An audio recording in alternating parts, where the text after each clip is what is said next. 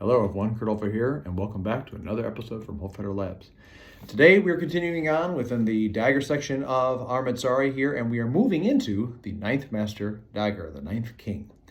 And this right here is utilizing the same kind of compilation that we saw within the Fourth Master Dagger, utilizing that doubling hand right here, into a shot that's coming from a low line as opposed to a high line.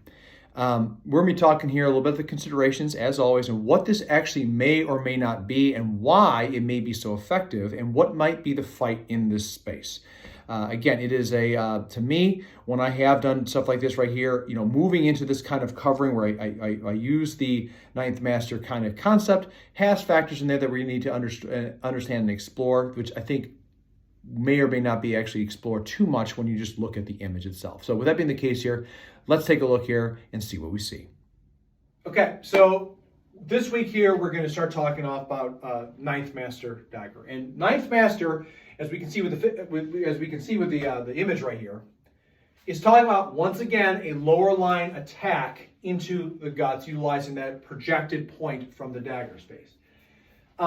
This is a similar concept, he states, that's very similar to Fourth Master. However, the plays are different within it.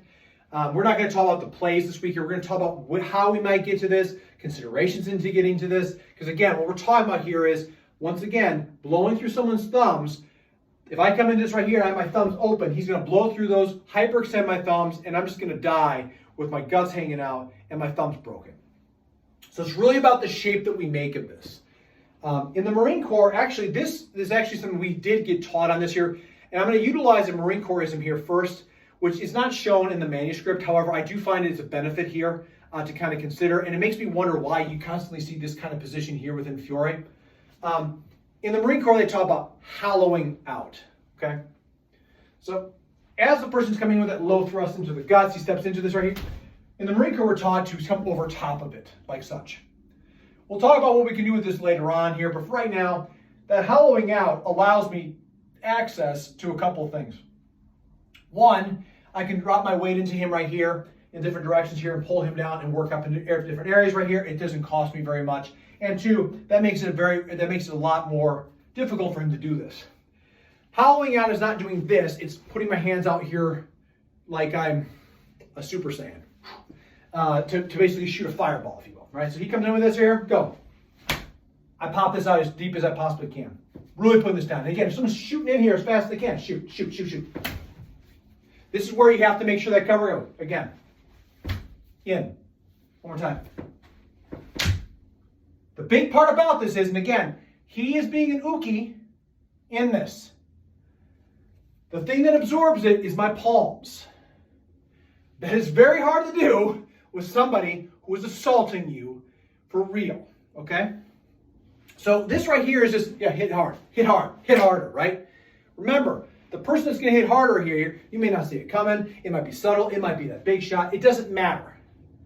So those are some factors here we're talking about here. So again, just getting back into it. For this right here, for Ninth Master, Dagger comes in. I make this shot here. I'm covered. I'm in this position. Now, he has his leg forward with this right here. However, I don't think this is necessarily a bad thing because even though his hand is forward with this right here, the weight is down. I've got control, and I can shift and turn and move as I see fit. Very important key factors. So as this comes in, pop this off right here. This is the shape.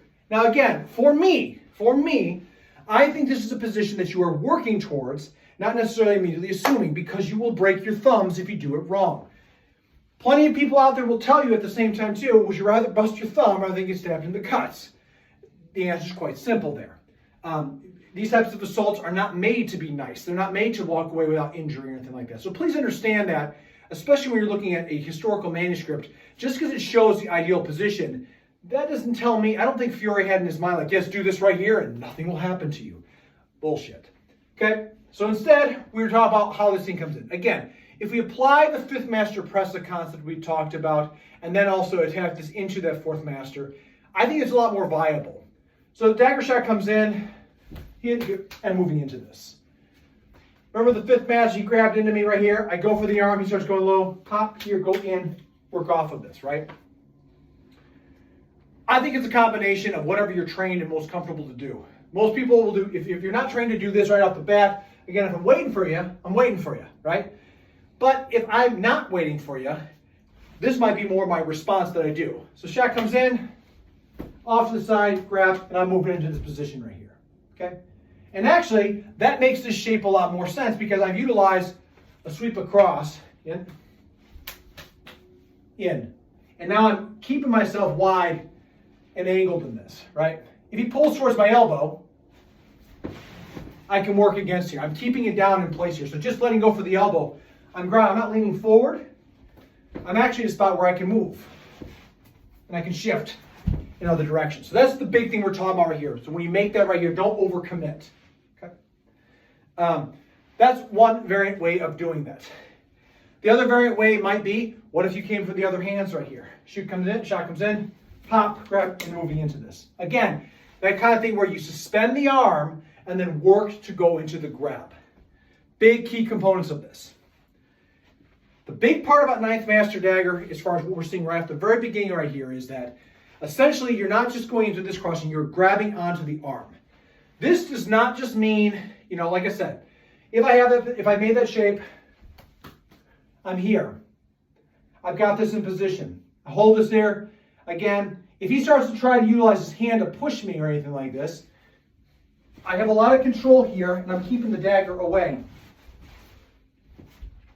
He might go for my eyes or my face. I have my head here, my arm here in place to kind of shield myself here. He's being very nice now. He's not actually pulling my hair. But if you start pulling my hair, again, I've got a weight piece right here to hold him in space. But you can see how quickly even you fall to the ground like that.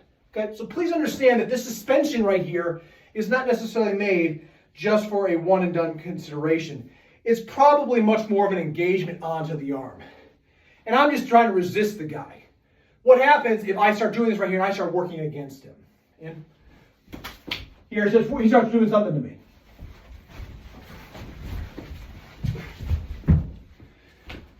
There's the difference. Keeping the space to control, keep the weight low, pulling them low without overly committing to it. And that's the start right we have here with Ninth Master Dagger right here, because again, it's a very visceral section. It's got some nasty stuff in there. And a key component that I think is happening right here is, as that shot comes in, however you make this shape, I don't care. That's up for you to decide for yourself. Whether that is a boom and follow with it, or a in, or a here, grab and turn, I don't care. The shape is this, and this is the place that I'm in.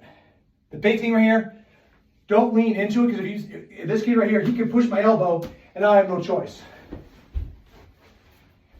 If I am balanced, he starts pushing my elbow, I can move it. And now I've got the weight here. You can see I pulled the weight down. Mind you, being a nuki right now, eye gouges everything right there in the place, kicks to the groin. But by holding his arm down like this, I'm suspending the dagger away from him, which is the type of fight that I think Ninth Master is talking about. Dagger down, away right here. It's like one of us is going to go to the ground, and neither of us want to. So that concludes what we got here for the introduction to Ninth Master Dagger. So you can see with the video that, again, we're talking about, once again, dropping the weight. So it's similar to the Eighth Master, where you're talking about making a crossing or crossing kind of concepts here. But now we're moving into that Fourth Master concept, that kind of double hand right here, grip on that. Again, like I showed in the video here, this could be pressa, this could be both hands right here. Again, if you do it wrong, blow through the thumbs, it really hurts pretty badly right here, and you're not going to protect yourself. So there may be considerations here in which we move into different kind of, it's a wrestle for the hand. Again, I don't think we're just going right into the spot. I think it's one of those things where you stop this and you're working to that grip. I find great success in that right there, because the reality is, you have to remember, this is one play, and the people in this here look really nice, but they don't actually represent potentially what is actually happening in a fight there, where effective strikes, you're eye gouging, you're grabbing beards, you're pulling hair, you're tearing ears, you're hitting throats, striking groins. There's a lot there that could be contending with this right here that we don't necessarily see. So by pulling that arm down, as we saw on that, you saw that, once again, balance is going forward here, but I'm not going forward myself. I'm dropping my weight to maintain that and off balance an assailant. And to me, that is a huge point that is very important to explore when it comes down to containing somebody that's got a dagger on you in this kind of situation. So again, big factors and considerations here is that, once again, we're always trying to disrupt an opponent's senyo stance, and how that may or may not actually work is dependent upon what kind of key factors they have coming at us right here. This is actually, I'm actually going to use it right there to comment a little bit on how I see what armored fighting is. There's a lot, and I mean a lot of comment out there in regards to what breaks chainmail, what does this, what does that. I don't think it's about breaking chainmail. I personally think what is happening in many of these things here is that you're moving in, you're stopping something, and when I put the point in there, there's pain aversion that naturally happens to the body. When you are in armor, if I stick you into the hip, you're not going to sit there and drive the hip forward right here like it doesn't hurt. Your body naturally is going to turn and is going to create a different shape. One of the things I've said in earlier videos, I say it in most of my classes, is that Fiore is never not doing apprezzare. It is all about apprezzare. The tool changes everything right here. And it's all about that senyo stance right here. Why am I choosing to talk about this at the 9th Master Dagger here? Because again, this is just one more way that we utilize it to contain, restrain, and change the person's battle space of their structure, what I call the senyo stance. Remember the 4 virtues right there, how I check that. That is what you are attacking here. It doesn't matter if you hit the person, because the person may or may not stop fighting. If you put them in here, it's about wrestling, it's about grappling, it's about using the tools there in a place that disrupts that and puts you in advantageous spaces. And the 9th Master right here, in my opinion, is a way to pull that down and really attack that fortezza of someone's rear leg, because you're pulling them down to a position while keeping your structure in place. So with that being the case here, that's going to conclude this video here. Please, I'd like to hear what your thoughts are on there. How do you contend with the low line thrust here? How do you use the 9th Master, 9th King, however you want to call it? How do you contend with somebody here? What are your thoughts on how the hands go into place? Have you experienced working with this before with an armor or out of armor? Love to hear what your thoughts are and your considerations. And again, that's a big part of this whole thing. What I'm trying to do here is to share the thoughts so we can build this Flowers of Battle and have greater understanding. To my viewers and subscribers, and to those showing up for the first time, thank you so much for tuning in. Thank you for your subscription. And please, if you're new to the channel, consider liking, subscribing, and sharing with a friend. Don't forget to hit the bell, because that's right here is how we make sure that you know when new content is being dropped here. Love to have you along for the ride in this journey of armezzare. And please leave comments below here to let me know what your thoughts are through any of the practices that are happening there. But until next time, everybody, as always, please stay safe out there, train well, and fight on. I'll see you all soon.